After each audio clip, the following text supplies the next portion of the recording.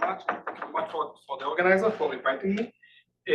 I'm going to talk about autoregressive deep language models as toy models for the brain. Now we call them LLMs. So how do I make it go? Okay.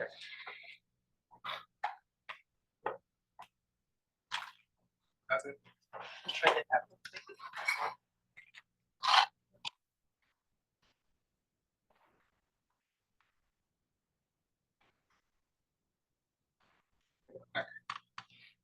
So of course I want to thank my collaborators in Princeton, Uri Hasson, my postdoc supervisor, NYU epileptic unit in NYU where we collect the ECOG data, and my collaborator over Google. So what is a toy model? A toy model is a deliberately simplistic model with many details removed so that it can explain a mechanism concisely. It is also useful in describing the fuller model taken from Wikipedia. So for me, I think about the LLMs as toy models because they give us precise or almost precise predictions. They give us embeddings, numbers, specific numbers that we can look for in the brain. It is more concrete than a general framework. We all discussed what the LLMs are, basically functions mapping input to output. We feed it text. We represent the text as static embeddings. Each word gets a specific embedding. Then it goes through a series of nonlinear representation. We have the last layer, which we call contextual embedding, from which a probability over the distribution over the next probable word is induced. And comparing to the actual word of the corpus, this function is fine-tuned to optimize its prediction. I'm going to focus mostly on the last layer for the contextual embedding in the following few projects. Okay, so as I said, it's a constrict vector that we can look for. I think that there are two ways, related but separated, things that we can learn from large language models when they're modeling the brain. One is about how the brain represents or code language, and the other, it can give us insight how it produces language. I will start with the representation. The neural signal I'm working with is ECOG data. ECOG is, as Roger said, signal collected directly from the human brain from patients who have severe epilepsy, and they are kind enough to participate in our experiment. In one experiment, we use the naturalistic stimuli of 30-minute podcast, and in the second data set, we record their conversation throughout their stay at the hospital and transcribe it. Gives us a very big data set of even more naturalistic language from four patients. Okay. The data structure is straightforward. We have the neural signal. We align it with the audio, either taken from the podcast or from the conversation. We transcribe it. We know if it is comprehension or production. Comprehension is when the patients hear a speech. Production is when they're producing it. And then each word, as Leila showed, can be represented as a vector, as an embedding. There are different types of embedding we use. We can use static embeddings like GLAV. We can use contextual embeddings, such as the one induced from GPT-2 or other LLMs. Or we can use multimodal embeddings, such as induced by models such as Whisper. The analysis I'm going to use, again, following Lila's work, is encoding model. In encoding model, we train a linear model for each electrode at each leg relatively to word onset to predict the neural signal. Okay, at this leg, at this specific electrode. So basically what we do, we take 80% of the data of the words and their associated neural signal. We train a model to predict the neural signal at these legs. And in order to test the model, we use the held out 20% data set, use the embeddings to predict the neural signal, and correlate the actual neural signal with the predicted neural signal, giving us a measure of fit, of how well we were able to predict the brain signal from the embeddings. So we can, as I said, we can use several different embeddings. Arbitrary embeddings are basically one-hot encoding, doesn't carry any information about the relation between the words. We can take GLAV embeddings or contextual embedding. We can see that the more contextual the embedding, the more the more it is correlated with the brain in more brain areas. When we take the full encoding model for the different time points, we can also see that the contextual embedding have higher correlation with the brain than the static embedding. We can also see that there is information with the correlated with the brain, again, much like Lila said, showed before word onset, but interestingly, not just for contextual representation. Even if we take non-informative representation, we see information before word onset, suggesting what I think is a prediction by the brain. And we need to remember GPT-2, all what GPT-2 is a realization of the next word prediction. Okay, so we can see here that the brain also has this type of prediction, and that the representation induced by GPT-2 are also relatively higher, have high correlation or higher correlation with the brain. Next, we wanted to look deeper into the predictions that are being made. So we look at sentences where the top one prediction was not the correct prediction. So in the story, there is, for example, the sentence, our story begins deep in the rainforest. The model predicts ocean, okay? So now we took the static representation, graph representation of ocean, and looked for it in the brain. As we can see, before word onset, we have significant correlation with the brain, suggesting that the brain is making a similar prediction to GPT-2, even if it's not the right one. Of course, comparing to the actual correct prediction, in this case, rainforest. Also, we can see that at onset, the correlation starts to decay. Obviously, the brain starts to hear now the actual word. Interestingly, I want to say that when we look at the perceived word, in the case it was not correctly predicted, we see the peak in red exactly at 400 milliseconds. Of course, in alignment with the N400 effect. I also want to draw your attention to the fact that we have higher correlation to this word. This is not a merely ERP effect. We have higher correlation with the encoding, with the semantics of the word. I will go to this point in the end as well.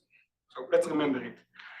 Next, we wanted to look for a deeper to see if there is a deeper connection between the embeddings induced by large language models and by the brain. So now we define brain embedding. We took all the electrodes in the IFG, inferior frontal gyrus, and in the data set, we sampled each unique word once.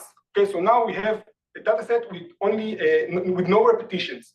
Okay, we split the data to train and test, meaning that now when we map the neural signal to the word, we don't have repetition. So we map the word, for example, copyright, court, with, monkey, from the embeddings to their appropriate neural signal. But in the test set, we test now the ability to predict the neural signal of different words, important, low, judge, etc. Okay, if we are able to do it, it means that there is some deeper similarity that allow us to interpolate to new meanings, meaning specific words that were not seen before. And in fact, we can see here in blue that we were able to interpolate the brain representation of unseen words. We think it supports the claim of some geometric relation between the representation induced by the models and the representation induced by the brain.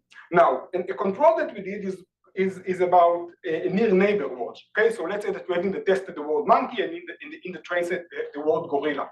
So perhaps it's not surprising that we are able to generalize to the word monkey, because basically the model can use the memorized representation of the word gorilla. Okay, something that is by definition so in the training set. So we did exactly that. We took for each word the nearest neighbor from the training set, and we used it to predict the neural signal. In fact, it showed a significant correlation, but lower than the interpolated representation. So again, suggesting some deeper similarity between the representation induced by the model and the representation induced by the brain. This effect was replicated per patient. Next, going to the process of understanding language. So we look at the different layers of the GPT-2. I remind you that up until now, I took only the last layer of the contextual embedding, but in fact, we can use each layer as it induces contextual embedding.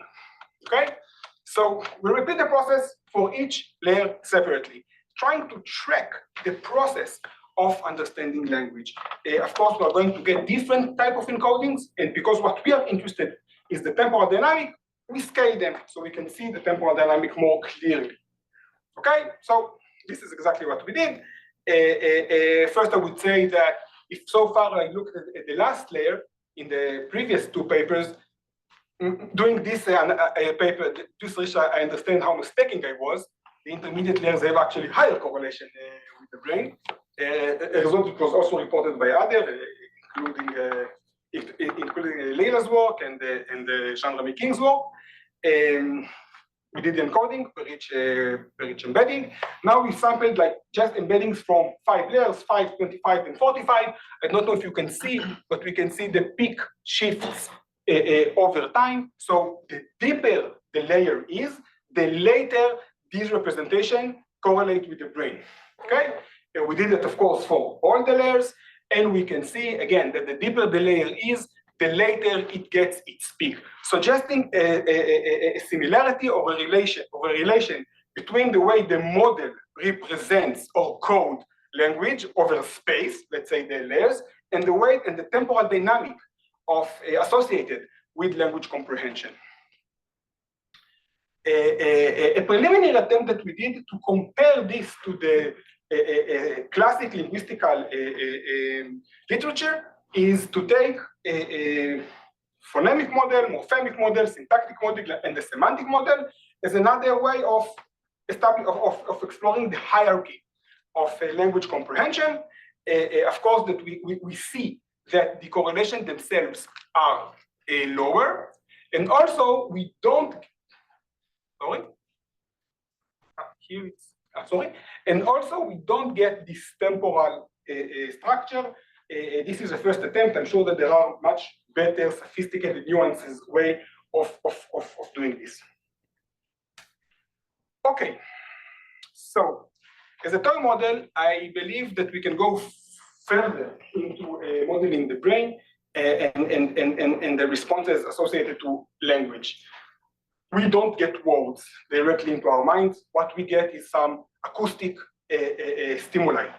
And for this, to model this, we used an ASR model, also from OpenAI, called Whisper. This model is a full transformer. It gets audio, acoustic information as input, goes through a series of layers, in this case encoders, doesn't really matter, and then starts to do the same GPT-2 type of, the same LLM prediction of word by word, conditioned on the acoustic signal, okay? This stack decoder is basically the same architecture as GPT-2. We took this model and we took two embeddings out of it, what I call speech embedding, which takes as input the acoustic signal, and language embedding, which is basically equivalent to our previous choice of language or contextual embedding. And we did this encoding on the 24/7 dataset, patients who freely having their lives in the hospital. What we can see that during comprehension, we can see several interesting things. First of all, if we look at auditory areas at the superior temporal gyrus, so naturally we have higher correlation with the superior temporal gyrus with speech embedding, but this does not mean that we don't have correlation with language embedding, with more semantic representation. Also, when we look at the IFG, naturally perhaps we have higher correlation with language embedding, but it is not to say that we don't have high encoding with the speech embedding, showing that perhaps that there is this perhaps bias to hierarchy of low versus high representation in different brain areas, but it's not that strongly disconnected. We did several analyses disentangling the unique information in speech embedding and language embedding to control for different possible confounds. When we look at production, for example, in the IFG, again, we can see this mixture of features in different brain areas with the biases that perhaps we'd expect. We can see that in the IFG, we have these correlations, semantic correlation before word onset, suggesting we track the planning on the semantic level of the word, and then in motor areas, we see it closer to onset, but more of the speech embedding related to the motor process. Okay, so we start to talk about production. Also, when we look at the speech embedding, we can reduce embeddings of 50 millisecond worth of embedding. So in comprehension, it's not surprising that we can see it evolves over time, right? I mean, we hear the word as they are being articulated or heard. However, in production, while we do see the information as it is being articulated after onset, we can also see that they are, before onset, they are aligned into a specific lag or one lag, suggesting that we have the entire motor planning of a word at some point. Okay, so we started to talk about language production. I'm going to continue to talk about it. Now I'm less going to look at the internal representation, more as a black box that takes input and then induces probabilities or distribution of possible next words. So replicating previous results that we got for the podcast data, we can see that when we have predictable words are mostly are an approximate of words that the model correctly predicted. We can see before onset higher correlation than improbable words, which makes sense because this is what the brain can do. It can use the statistics it knows. But now the question is, what is going to happen for production? I think often that we have this idea or metaphor that when we speak, we translate our inner representation into words. We already know what we are going to say, and now we need to translate it into words. So what do we expect? We might expect not to see this difference, right? Because we already know what we're going to see. To hear, we don't need to use the statistics. What actually happens is we see the reverse. We see that improbable words, even though the brain allegedly know what it's going to say, have higher correlation before a word onset. Goes back, by the way, to the work of Ben earlier, perhaps suggesting some effort in articulating these words, and of course, we can also see it in the reaction time. I also remind you what I said earlier, that we see this again, this peak of in comprehension after onset, and in production before onset and after onset of these improbable, perhaps contentful words, and what it may, and now we think what it may mean about how content is coded in the brain. Lastly, perhaps diverging a bit from up until recent LLM, we look not just as on the next word, but a few next words ahead. So in production, we can see in the IFG. So basically, what we compared the few models where we concatenated the stacking embedding of the current word, the word follow it, with the word follow it, etc., up until concatenation of the next four words. We can see that in the IFG, before word onset, there is higher correlation with the concatenation of the words, suggesting that we plan ahead more than one word. We also see smaller effect in comprehension, smaller but there. So to summarize, I describe two different perspectives, how we can use large language models to look at the brain, or about coding and representation of the lingual information in the brain, or the way we generate it. That's it. Thank you very much.